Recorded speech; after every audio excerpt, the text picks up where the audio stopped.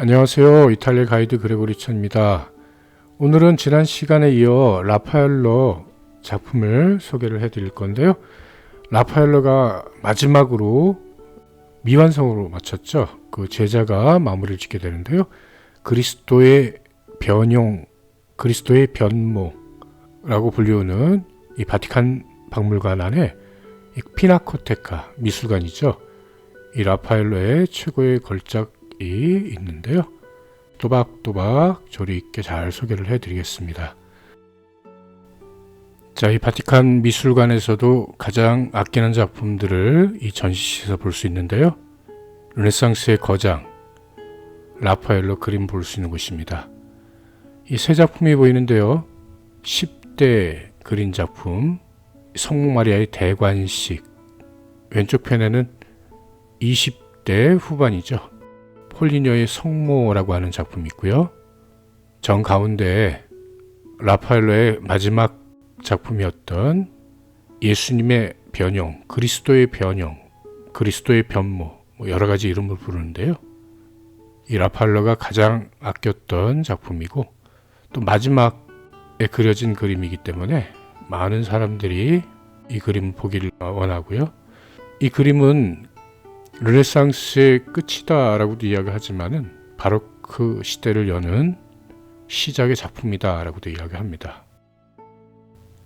이번 라파엘로 영상을 준비하면서 이 로마 근교의 높은 위치에 가서 구름 촬영을 해왔는데요.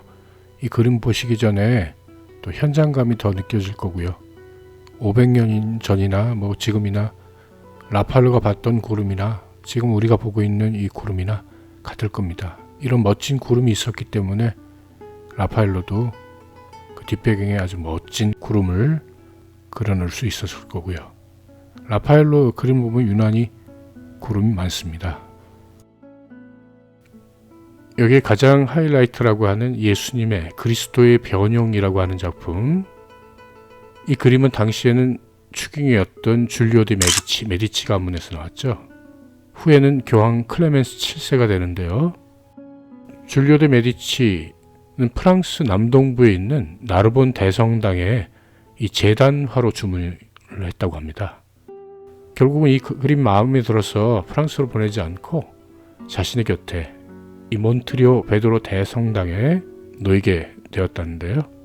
나폴레옹에 의해 파리로 가 있다가 1816년도에 다시 바티칸으로 돌아온 작품입니다. 무엇보다도 이 작품은 라파엘로의 마지막 작품으로 이 완성을 하지 못하고 라파엘로는 사망을 해서 이 아랫부분은 제자 줄리오 로마노와 프란체스코 페니가 완성을 시켰다고 합니다. 그리스도의 변모라는 제목의 라파엘로의 최고의 작품으로 바사리는 신의 경지에 달하는 작품이다 라고 극찬을 했다고 하고요. 라파엘로는 임종을 앞두고 이 마지막으로 다시 한번 더 보길 원했던 작품이고 임종 후에도 또 곁을 지켰던 이 장례 미사에도 장례 행렬에까지 따라서 판테온까지 가서 한동안 그의 무덤 옆에 놔두었던 작품이라고, 그만큼 라파엘로가 좋아했던 작품이고요. 이 그림을 볼 때 이 상하로 완벽히 이분법으로 나눠져 있는 것을 알 수가 있습니다.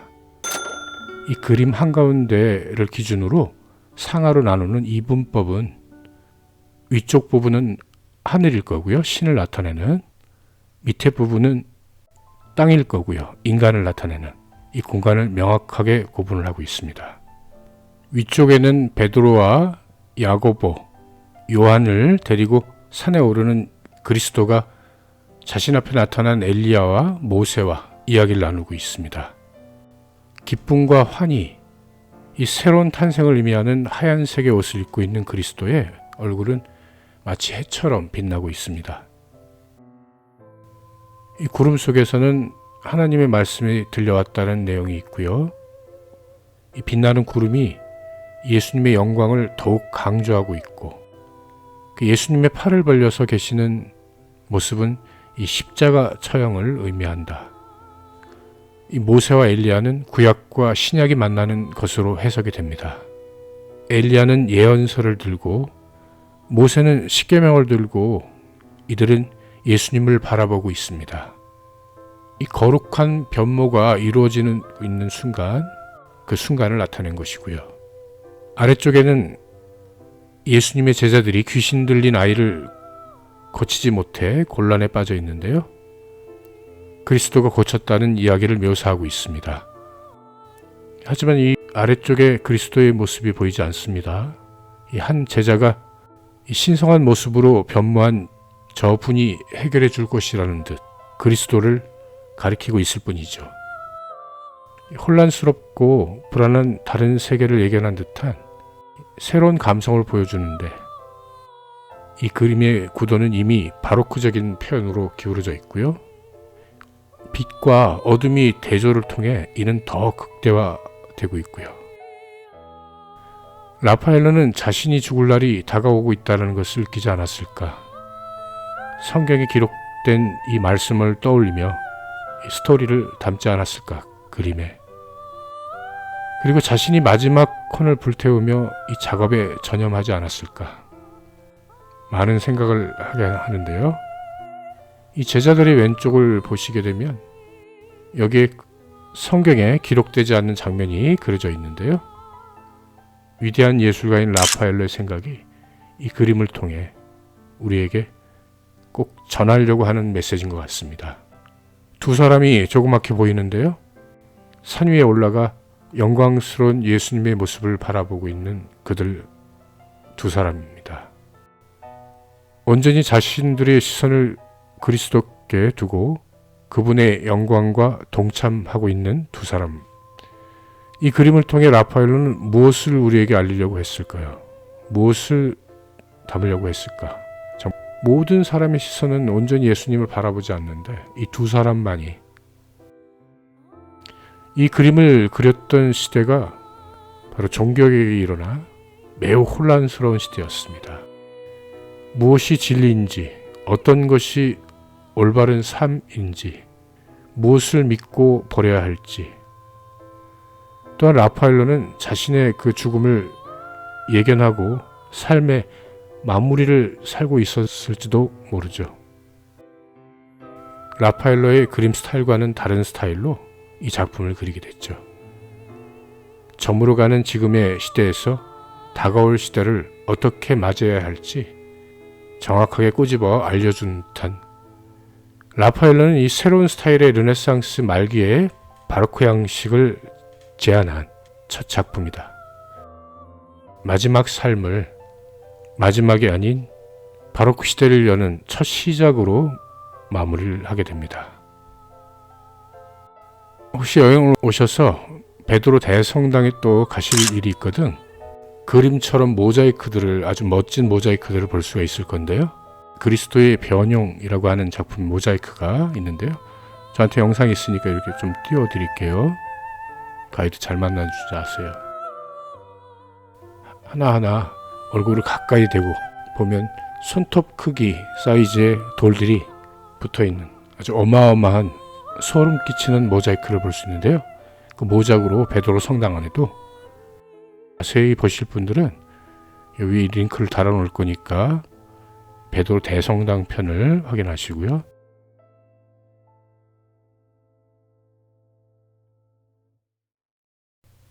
(1515년에는) 바티칸의 예술 책임자가 된 후에 말년에 그는 너무나 일이 많아서 이 수많은 작품들을 제자들의 손에 맡길 수밖에 없었다고 하는데요. 하지만 이 그림만큼은 이 그리스도의 변모 이 그림만큼은 그가 사망하기 전까지 그림을 그렸었다. 그의 사망의 원인은 여러 가지 이야기가 있습니다. 어떤 사람은 웃으라고 하는 말이겠죠. 여인들을 좋아했기 때문에 사랑을 나누다가 복상사로 죽었다. 또 제일 많이 하는 이야기였는데요. 매독에 걸려서 죽었다. 성병이죠. 열병으로 사망을 했다. 아주 고열해. 최근에 이 현대적인 장비를 이용해서 판테온 안에 있는 라파엘로 유해를 가지고 이제 검사를 하는 결과 여러 가지 복합적인 원인이 있었다라고 이야기를 하는데요. 결정적인 원인은 폐렴이라고 합니다. 시간이 얼마나 더 지나서 더 정확도가 높은 실험을 통해서, 검사를 통해서 원인을 정확하게 알 수 있는지 모르겠는데 현재까지 나오는 이야기가 그렇습니다. 그가 사망 직전까지 그렸었던 그리스도의 변모. 사람들은 이 37살의 라파엘로가 잠깐 앓다가 일어나서 툭툭 털고 일어나서 또 멋진 그림을 그려낼 수 있을 거라고 생각을 했어요. 그의 그 죽음에 이 많은 사람들은 정말로 슬퍼를 하게 되죠. 그 중에 가장 슬퍼했던 분이 바로 이 메디치 가문에서 나온 교황 레오 10세, 로렌초의 두 번째 아들이었죠.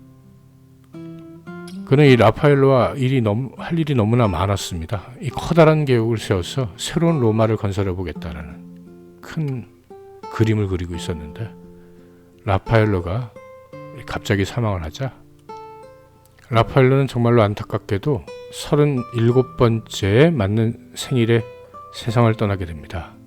교황청의 사람들은 모두 그의 죽음을 애도했다라고 하는데요. 그의 장례 미사는 바티칸 교황청에서 거행되었고요.